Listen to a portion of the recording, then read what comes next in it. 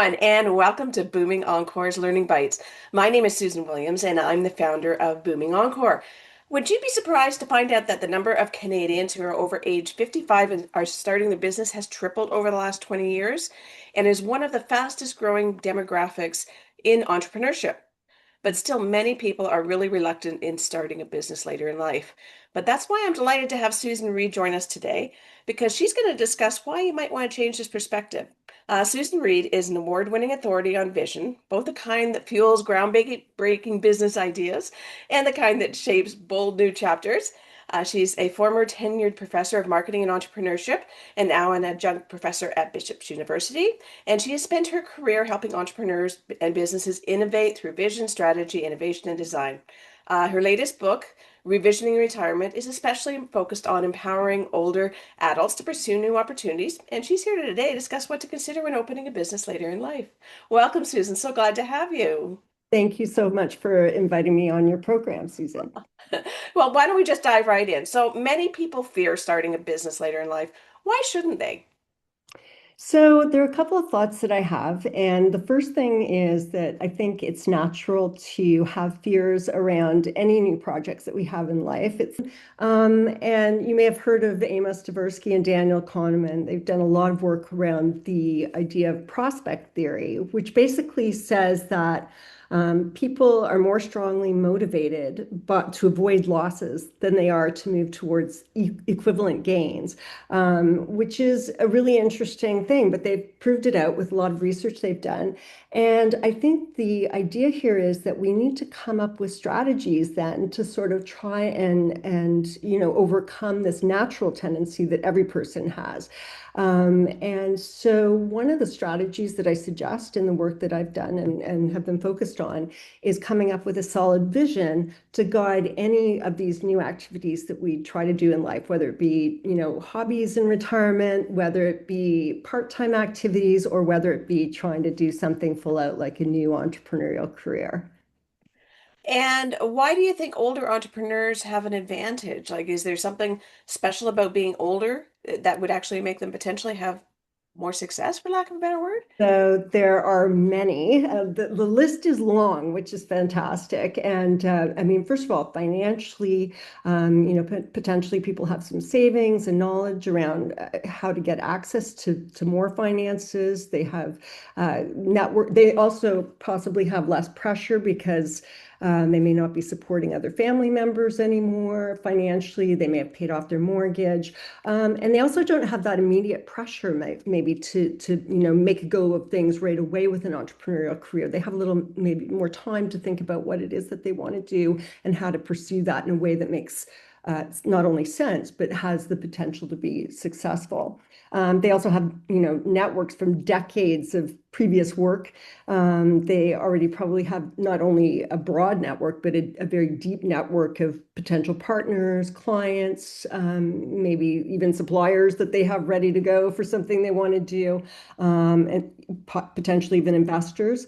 They also have, some, usually a good reputation if they're considering to move into something along these lines entrepreneurially. They probably have a good reputation in the people in the industry that they're thinking of getting involved with. They also have learned responses to difficult situations, I would say. People have learned throughout a lifetime, how to be resilient often. They're mature, so they don't, overreact or react really quickly. Often they can be more patient when things don't go your way, which, as we know, as entrepreneurs, that can often happen. So we have to be patient and sometimes and have strategies for dealing with that. And I think that people 50 plus, which is the encore entrepreneurship category, do have a lot of these strategies at hand. And so, many of these things are advantages. I also think another big one related to my own work is just the fact that they tend to know themselves fairly well and, their own strengths and weaknesses, as well as what their values are and their passions for moving forward. Okay, so just to I'll just try and recap this a bit. So, first and foremost, the reason why we should consider starting a business is that it's good to challenge ourselves and keep pushing ourselves. I use the analogy you have to get comfortable with being uncomfortable, or else the the world starts to get smaller on you. So one way to do that is to push back a bit and challenge yourself. So opening a business is something to do. We've also got the skills, we've got the network, we've got the resiliency, we've got all of these traits that we've developed over the course of our careers that we can now actually execute into something that we're really interested in, which leads me to my next question, because you were kind of talking a bit around our backgrounds and our interest. Should we stay sort of within the same framework that we're sort of come through as a career in order to increase our success, or is it sort of wide open? What's your perspective on that? Yeah, no, I'd say not necessarily. Some people do. The stats are in terms of the percentage of people that want to continue working at least part-time, if not full-time. MIT Age Lab actually just came out with a recent publication. This is Dr. Joe Coughlin's work, based on, I think it was 2022 data from the US, saying that 58% of people are retiring early. And there's another study actually from StatsCan, I think it is, that said that 55% of people do want to continue working. So you've got an early retire group of retirees who want to continue working on some level. The question is, how are they doing it, right? So so some people will continue take the network they've already built and sort of naturally, especially I'd say with younger retirees, maybe just naturally morph into something else like consulting in the area that they were working and that kind of thing. So I think some people do stick there, but I definitely in my book, Revisioning Retirement, as we've talked about this, I definitely challenge people to at least ask themselves the question and think about, what is not only your doing vision with what you want to do in life, but what are you aspiring to be? What's your being vision? Who do you want to become? Because sometimes that can change for people. I know it changed for me. I mean, I've always been we talked about this. I've always been super achievement oriented, and that's not going anywhere quickly. Like that's always going to be part of my makeup. But what I realized was that it wasn't doing it for me in terms of who I was becoming. I wanted to become really focus on some new things aspirationally. And so that sort of really helped drive where I moved with my new work kind of moving forward with revisioning retirement. So I think I would challenge people to try, think about those aspirations, who they're becoming. It may be that they just want to tweak what they're already doing, which is awesome, or it may be that they look at their values and think, I am aspiring to something new, or something that I haven't had time for in the past because it's been roll up my sleeves time in life for a long time, and I do want to try something new. So, the rainbow is out there, and it's for people to find whatever path works best for them. Absolutely. And I'll just use myself as an example. For instance, like I came through the corporate world, strategy and business transformation and organizational development was what I was sort of known for. And then here I am now managing a media company, which, I'm writing, I'm doing social media, I'm doing all these other things. But one thing that I found, because I was like, well, how the heck did I ever get here? But one thing I did find is that I was leveraging all the skills that I developed over that period of time, my communication skills, my relationship skills, all of those skills that you collect over the course of a career, even though it may not be a direct, like going from A to A and it's A to C, you don't lose those skills and they're just reapplied possibly in another area that may even interest you more, like you said. So very Exactly. cool. Exactly. And that actually speaks to something else too, which is that a lot of people wonder about, well, what about my loss of identity, as Oh, I leave a career. And I remember I had that fear too. Speaking of fears, I remember thinking, who am I going to be if I leave academia, which I did at 57? Who am I? And then I thought, I'm still me. Like I still bring forward exactly what you just said. Like I still have the skills and the knowledge and the network, but I just want to parlay it in a new way. exactly. No, and I completely get that because I struggled that identity crisis too. And I think part of it is generational because when we were coming through in our careers, you were dedicated to a sole career. You didn't, Mhm. if you moonlighted is what they called it, it was like, okay, well, Yeah. you're kind of cheating on your career. You weren't supposed to do that.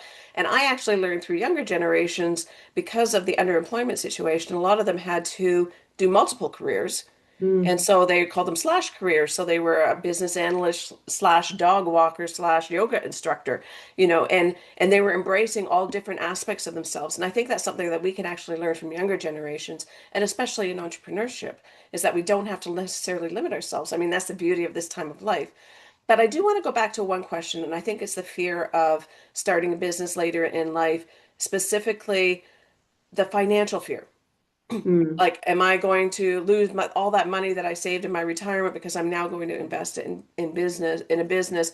And unfortunately, we often see stats of the number of businesses that don't succeed. What's your perspective on that? How do we manage that sort of potential fear of stopping us from moving forward?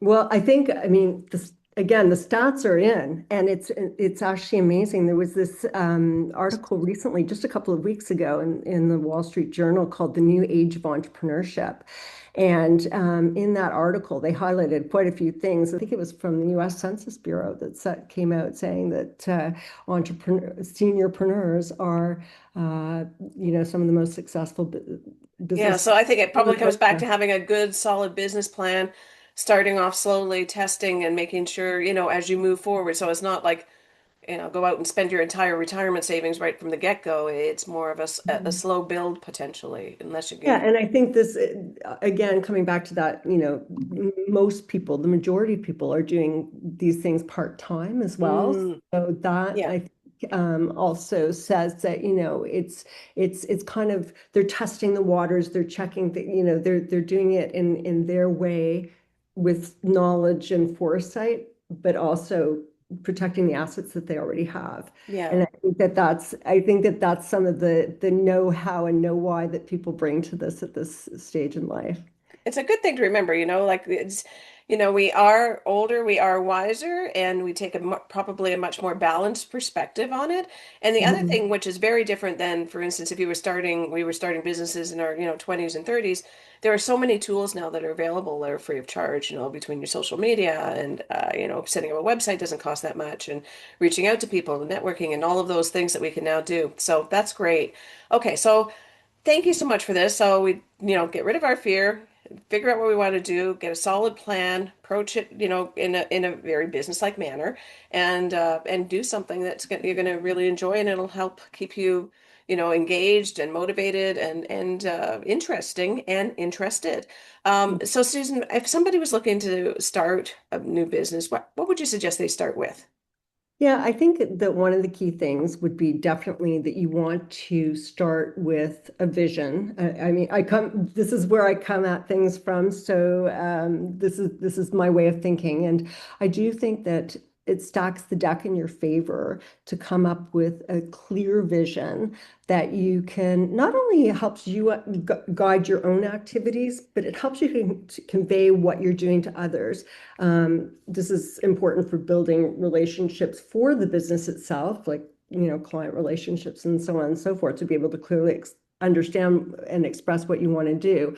But it's also good, I think, in terms of your close ties, the people who are close to you in your life. So, if you've been married for 30 years and all of a sudden you decide, hey, I'm going to start this new business, obviously, you want to get your partner or significant other involved in the equation. And it doesn't mean that you have to have the same vision as your significant other, or other important people in your life, children, parents you may be caring for it. But it means that you need to be able to braid together your visions in a way that brings satisfaction and a win-win to all of the parties that are involved. So obviously this involves conversation, but being able to clearly express what your vision is to others helps you through that exercise.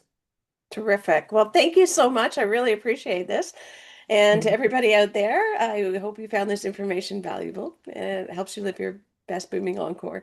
Thanks again, Susan. Thank you, Susan.